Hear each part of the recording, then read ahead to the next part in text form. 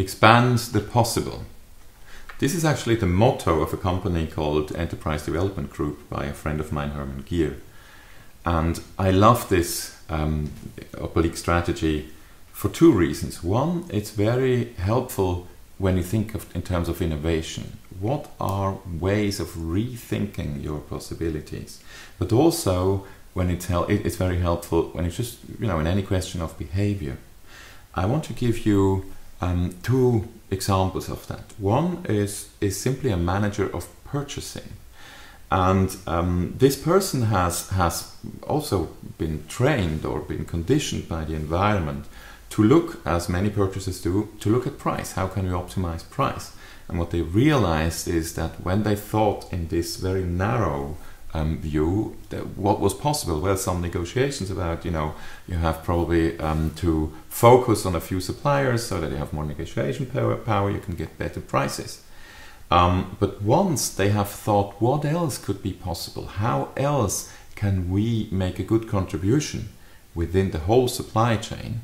They were thinking in terms of what are the risks that we have, that maybe if a supplier can't deliver on time, what can we contribute in terms of net working capital, what can we contribute in terms of buffers in the whole supply chain.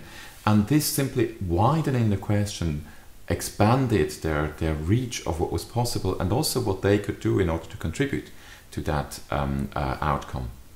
The other example is actually from innovation. When you look around today, we have a lot of products which work by, or which have some device of magnetic induction. We have maybe in the kitchen, we heat our pans now with induction, but also things like charging a phone, so contactless or wireless charging of phones. Now, some engineering friends of mine have pointed out to me that the technical possibilities that are connected with that, how can you either transport electricity or transport movement by magnetic field forces across a divide, that has been around for a long, long time. But what happened at one point is that the vision of what is possible with that have enlarged. And I think it was the phone charging device which started it off. But we have now products, maybe you can think of something like that. This here is a meat thermometer, which is completely watertight and as a consequence much easier to handle, and inside, yes, there is the possibility to charge wirelessly, but there is also the possibility to connect to your phone over Bluetooth.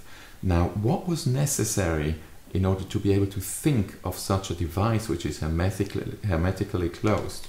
Or think of something like that. This here, to make milk foam for cappuccinos, and the way this part here turns is actually magnetic, so that you can take it out and clean everything much easier than maybe before the devices that you might know that create foam.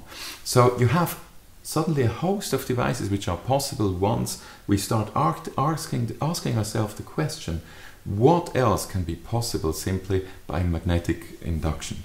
And that's a way of expanding the possible.